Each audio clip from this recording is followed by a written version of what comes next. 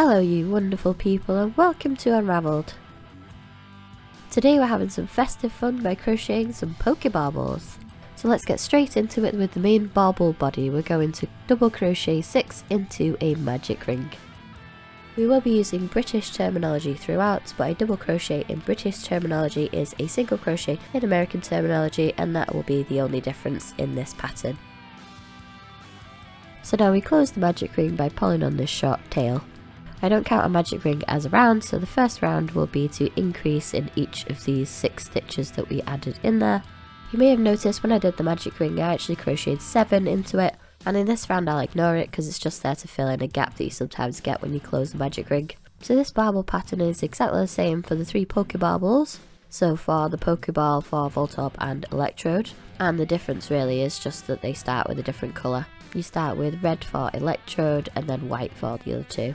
Now we're starting to increase evenly, so we're double crocheting 1 and increasing 6 times. So double crochet 1, increase, double crochet 1, increase, double crochet 1, increase until you've done that 6 times. I should say that we're using continuous rounds as well, so there's no need to increase the height between each round. And this is what it looks like after those first 2 rounds.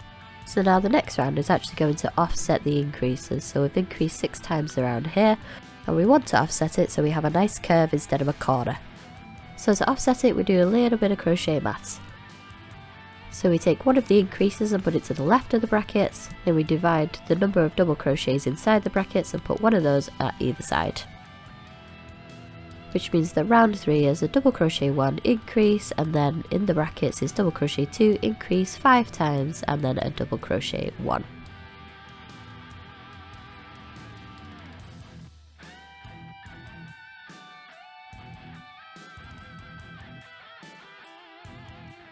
So now we're getting somewhere, we're making some progress. So round 4 is also offset, but you'll see it's exactly the same pattern as we did for round 2.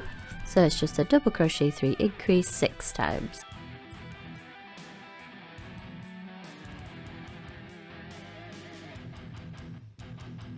Oh fuck. Fixed it. Now to continue with round 4. And this is why it's always important to count your stitches between the rounds.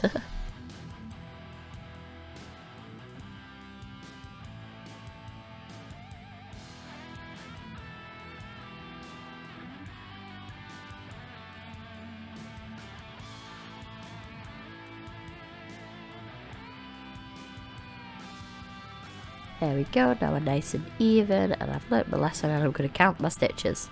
I should have 30. Which I do.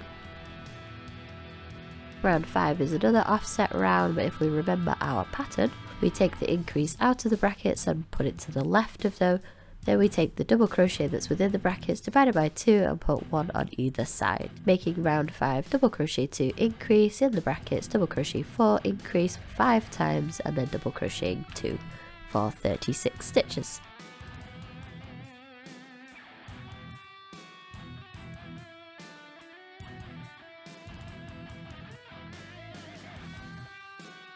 And this is what it looks like after round 5.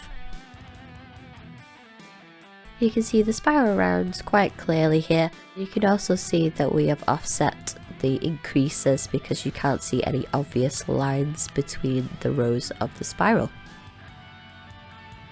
Time for 2 straight rounds in red. That's 36 double crochet straight. This is where we start to see the bauble really take shape because it'll start to curve round into a more spherical shape instead of its current forbidden pancake form.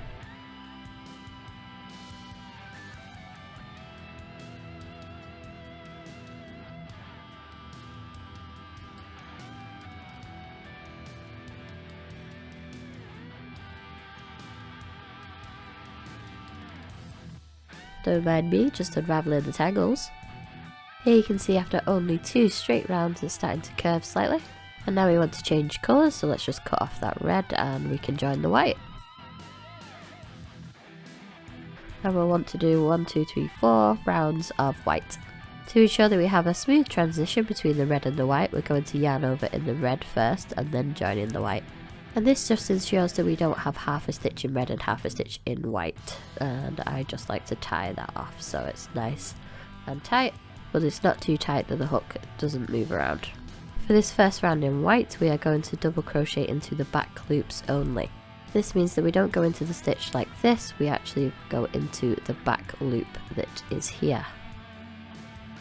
And from there we can just double crochet as normal.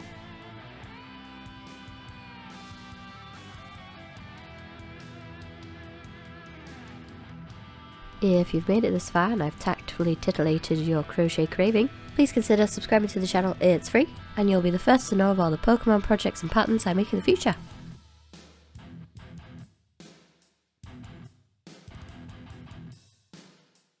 Now with this first row done, we can see that we've got this lovely colour transition. And the purpose of crocheting into the back loops is that we get this lovely line where the red joins the white, instead of a random squiggle where the two lines join together, which just looks weird for this project. Now for the next 3 straight rounds we want to double crochet as normal into both loops. The idea of this video was to do it in one continuous shot, but I am going to skip to the end of these 3 straight rounds. And here we are. There will be a little step you can sort of see there where the colours join because we are using spiral rounds instead of rows, but it's not the end of the world, just hide it in the back. Now we need to decrease in exactly the same way as we increase, so this side matches this side. To do this, I've just taken the increased rows, changed the increase to decrease and reversed it. So round 12 is double crochet 2, decrease, double crochet 4, decrease 5 times, double crochet 2. The same as round 5, except that I've replaced the increases with decreases. All of the decreases are invisible decreases, and this means that we decrease into the front loops of the 2 stitches instead of into both loops. I was just thinking it's probably been a bit too quiet. Where's the guy? There he is. Next is round 13, which is double crochet 3, decrease 6 times. So at this point we should have 24 stitches, and I have stopped counting again, so it, you know, I'm going off faith a little bit right now.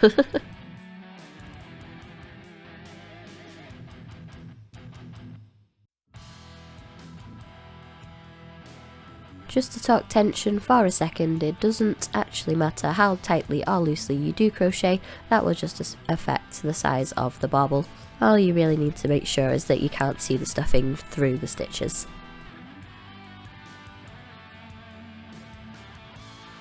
Next is round 14, which is double crochet 1, decrease, double crochet 2, decrease 5 times, and then double crochet 1.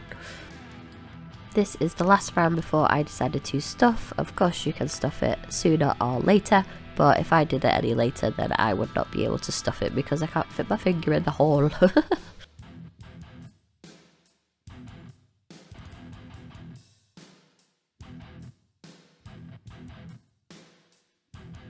Look at that, it's coming along nicely and it's time for the forbidden candy floss. I'm just using standard toy filling, which is high loft polyester. I like to take the hook off here and loop it onto my finger so that it just doesn't get in the way and I don't lose the stitch by accident. Of course you can stuff with anything you like really. I made a draft excluder years ago and I stuffed it with a pair of old jeans. Time to put the hook back on, we just need to make sure it's the same direction as when we took it off. And now there's only 2 rows to go, yay! So this is row 15, which is double crochet 1, decrease 6 times for a grand total of 12 stitches when we get to the end of it. A little trick I like to do so you don't crochet the stuffing into the stitches because it looks terrible when you're using a colour that is not white. So I like to put my finger between the crochet and the stuffing just so I don't catch any in there by accident. Crocheting the last few rounds after you've stuffed it are probably some of the worst. I hate doing it because it's really awkward. And finally we have our last round, which is round 16, and we are just decreasing all the way around 6 times. But after that, before we fasten off, we do have a little bit extra to do. Don't worry so much if you don't get exactly 6 decreases in here. Sometimes I end up with 5, sometimes I end up with 7 or 8, just as long as the hole is closed properly. That's all we really need at this point.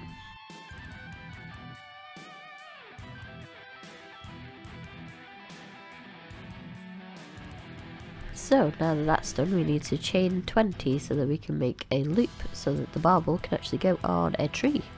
Well, it can be hooked onto anything you like really, not just a tree. And then you just slip or double crochet into the first chain in the stitch or to the top of the bauble. I've double crocheted here because, to be perfectly honest, I went on autopilot and forgot to do a slip stitch. Now we can cut the yarn and pull it through the loop to fasten it off. Don't forget to weave in that little bit of extra yarn as well. And there we have it, one Christmas bauble. Make sure the stuffings are distributed evenly by rubbing it a bit so it makes a proper sphere. And as I mentioned before, this one's going to be Electrode. For Voltorb and the Pokéball, we started with white instead of red, and it's crocheted in exactly the same way, so you follow exactly the same pattern except that you start with white instead of red.